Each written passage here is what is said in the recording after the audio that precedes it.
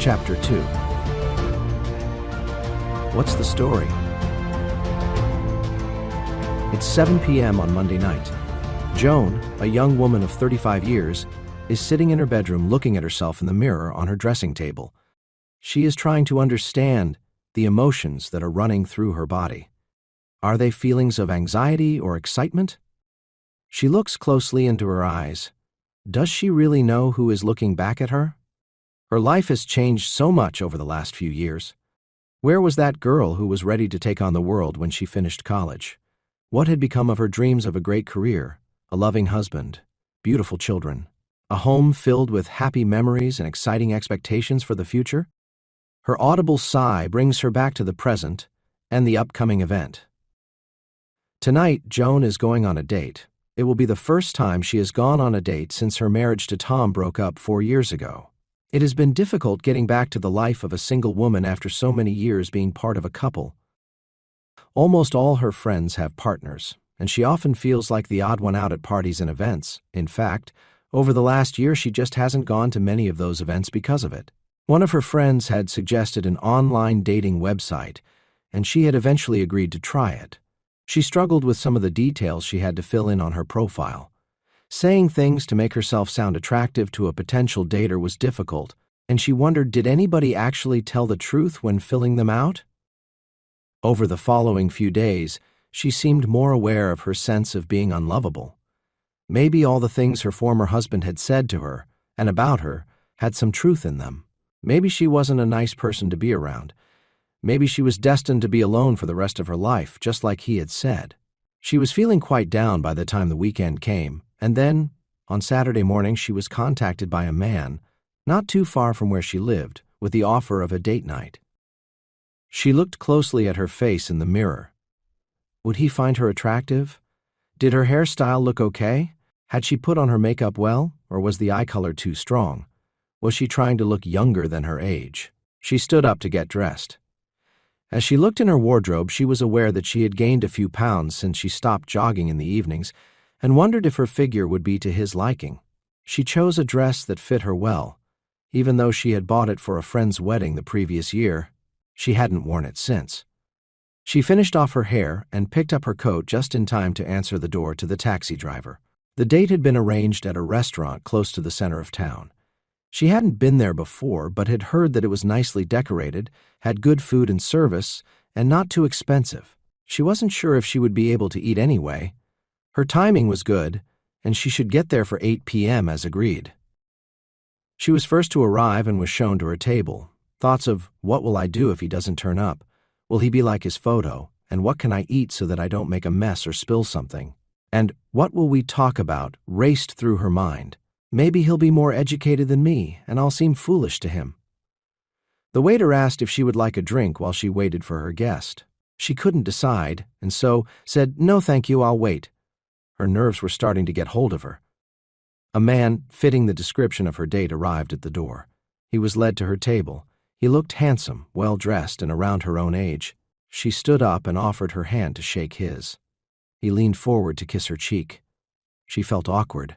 He introduced himself, and she blurted out her name through a smile in response. They sat down. She had forgotten his name already. He said if it was okay with her, they would have a drink and a chat before ordering food. She agreed. They had some small talk while the waiter brought them their drinks. He asked her a lot of questions about her romantic history, why her marriage broke down, where she worked, and what she liked to do in her spare time. She hardly got to ask him anything. Then, quite suddenly, he said, "I don't think we're a good match. No point in dragging it out over a meal."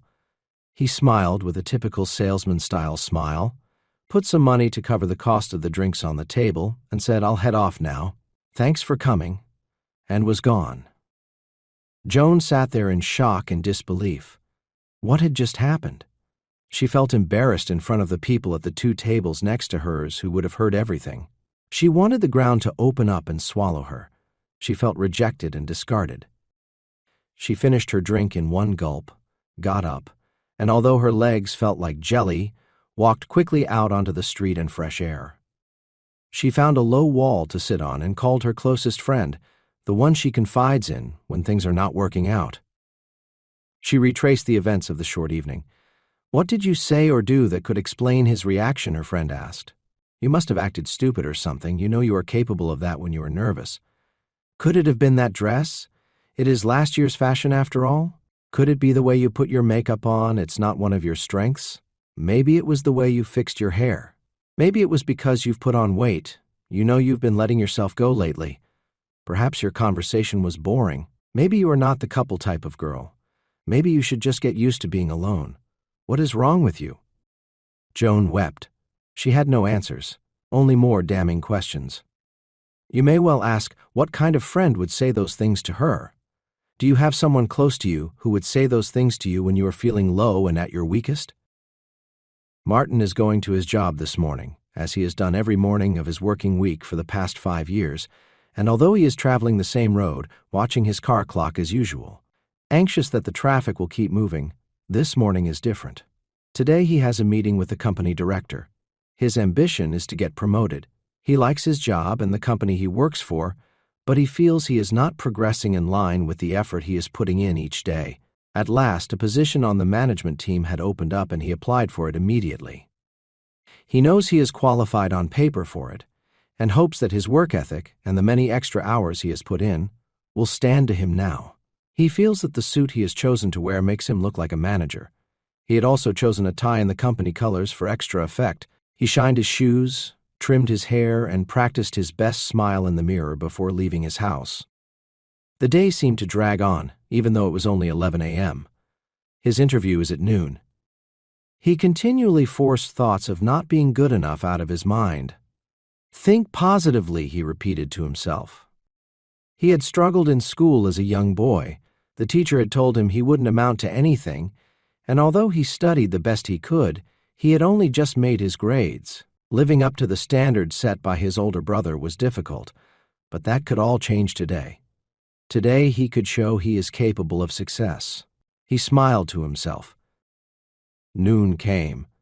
He presented himself at the office of his director.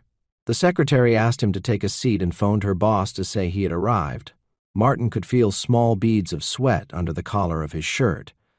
The door opened and the director offered his hand and a welcome to him. This was his first time inside the office of the director, and he was feeling quite overwhelmed. The director took out a file. Inside it were some notes and Martin's application. "Well, Martin, I see that you have been with us for 5 years now, and we are pleased to have you with us. I've spoken to the management team about your application, and they all agree that you are a good and competent worker at what you do. However, there seems to be some issues around trust. There have been incidences where it was unclear if your actions or decisions were in the best favor of the company. I don't wish to discuss those issues at this point, but I'm afraid it has ruled you out of the promotion position at this time. I hope you are understanding of this and continue to do the fine work you are doing. That will be all for now. Thank you for taking the time to pop in and talk with me.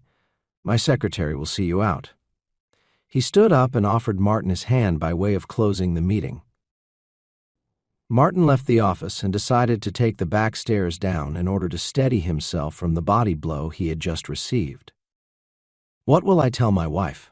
She has so much faith in me to succeed, and we had already started making plans for redesigning our home with the extra income from a manager's salary. All my friends know I'm having this interview today. They were talking about organizing a celebration drink tonight. Now I have to call them to give them the news. How can I handle the shame, the failure, the disappointment, the devastation? Maybe my teacher was right after all. I'll never amount to anything. I can never make my parents proud of me, and my brother will make fun of me. It might even be worse than that, after all. Can I really stay with this company now? What will I do? Where can I go? Sinking down onto the concrete stairs, not caring if his suit gets dusty, he calls his closest friend and relives the interview. "Well, are you really surprised, Martin? You knew that job was too big for you anyway. Yes, you have a piece of paper to say that you are qualified to do the job, but you know, deep down, that you are really faking it. You don't have any natural ability. You are probably better off just sticking with the level you are at. The big lifestyle really isn't for you. Cut your cloth to suit your talent. Lower your dreams to match your capabilities. Just stop puffing yourself up with ideas of grandeur. You are just upsetting yourself and your wife. You need to get a handle on reality. You have let yourself and your wife down today. Martin wept. You may well ask, what kind of friend would say those things to him? Do you have someone close to you who would say those things to you? Well, in the case of Joan and Martin, it was their closest friend talking to them, the one they confide in all the time. In fact, it was Joan and Martin talking to themselves. Those thoughts were running through their head moments after the event. They knew themselves well, they knew their stories well, they knew their past failures, their history, their weaknesses, their fears, and started playing them straight away. Joan doubted her attractiveness. She doubted her capability of having a loving relationship.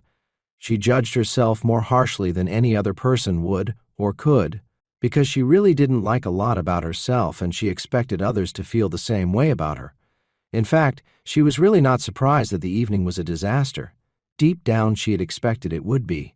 She felt unlovable. Martin doubted his ability, his worthiness to be a manager. On the inside, he knew he was only average. Yes, he put on a brave face, some bravado with his wife and friends, but in his quiet moments, his real self was very unsure of his ability. He felt he was not good enough. Their self-esteem had just taken a beating, and it hurt. A lot. I think we have all been there. Those extraordinarily painful moments when we are exposed to the world, our very insides are laid bare before our family and friends. We just want to disappear forever, change our identity and start fresh all over again somewhere else. Oh, please, just let it all be a bad dream. But we cannot escape from the heavy judgment we pronounce upon ourselves, that crushing "I told you so" that we play and replay continually in our head, that devastating resignation that we are not enough to be successful and not enough to be at peace within our own body. It's horrible, and it's a pit we throw ourselves into without mercy. What is it on the inside of us that is so willing to condemn us in a moment?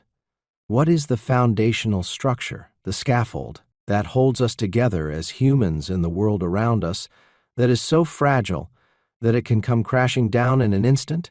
What is our place in that world, and how did we get assigned that place? Who decided? Were they correct? How can we find our rightful place, the one that was set aside for us? Can there be such a place? A place where we belong? A place where we can find peace, fulfillment, and expression? A place where our unique gifts, ideas, and talents are perfect and life-giving? A place where we feel worthy, accepted, and appreciated? Wow, what a place that would be to live in. Is it fantasy, an impossible ideal, or can it be found? You cannot travel on the inside and stay still on the outside. If you are going to be brave enough and creative enough to risk advance in your life, you will meet with circumstances that will challenge you in areas that you don't expect or foresee. Get used to this. It's called learning by experience. What you don't know is more important than what you know. What you know has gotten you to where you are. If you are not happy with that, then it's because you don't know enough. Learning new ways of thinking and understanding and changing your perspectives can be challenging and sometimes even painful, but it's critical. It's painful because when you learn a new way of looking at things, an old part of you dies, and that can be painful. Even a small shift in perspective can alter how you view many parts of your life.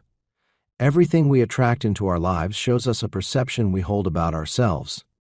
Is that perception based on a desire, a lack, a disappointment, a fear, a false belief? We make judgments about ourselves and right or wrong. They are just beliefs or suppositions based on our knowledge and understanding as it is today. When we judge something, we lock it into a box and cannot release it until we open our hearts, first to the judgment, and then to the person or thing or circumstance that we have judged. The judgment is usually against ourselves, or at least based on what is inside us. The inside is reflected on the outside. If you want to change something in your life, you need to change something on the inside of you first. How you feel about something or someone, how you are judging something or someone, your attitude or perspective on something or someone, your motivation, knowledge, or understanding of something or someone, your view on the history of something or someone. It's all a reflection.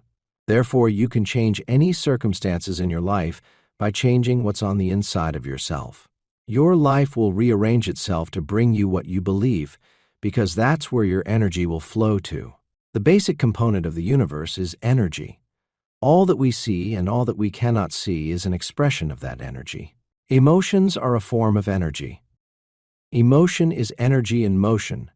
Atmosphere is energy felt. Intuition is energy perceived. Knowledge is energy potential. Understanding is energy employed. Perception transforms energy into sensory information and causes our attention to be drawn to specific things around us. Spend more time working to find the right question than trying to find the right answer. When you ask a question and the answer is not coming, rearrange the question continually until the right formation of the question gives you a clue to the answer. When we put our energy into finding the right questions to ask ourselves, the right answers will inevitably follow. It's really no different to searching for something on Google. When you word the question the right way, you get the answer you are looking for. How do we deal with the stories we constantly tell ourselves? Like Joan and Martin, every moment of every day we are running stories in our head. When we're dressing in the morning, we're running a story of the day ahead, who we're going to meet and how we want to look. When we're driving, we're making story judgments on the other drivers on the road. When we're talking with someone, we're running a judgment story on what they look like, the clothes they're wearing, their hair, their conversation, if we believe them or not, their attitude, etc. The stories just don't stop. So, are the stories in our head helping or hurting us? For Joan and Martin, they were crushing them. Do we have any control over them? The key parts of any story we tell ourselves are based on the following: our self-image, our beliefs and presuppositions, our culture and our environment, our fears, our values, our history and experience, our hopes and desires, our personality and natural inclinations. These areas all combine into a complex mixture that comes out as a concept or image deep on the inside of us. The old saying, "A picture paints 1,000 words," is so true. Over the coming chapters, we will look at how these areas, and the various parts that combine to make them what they are, affect our image of ourselves, our outlook on life, and most importantly, the stories we tell ourselves. Let's take a look at some of those stories.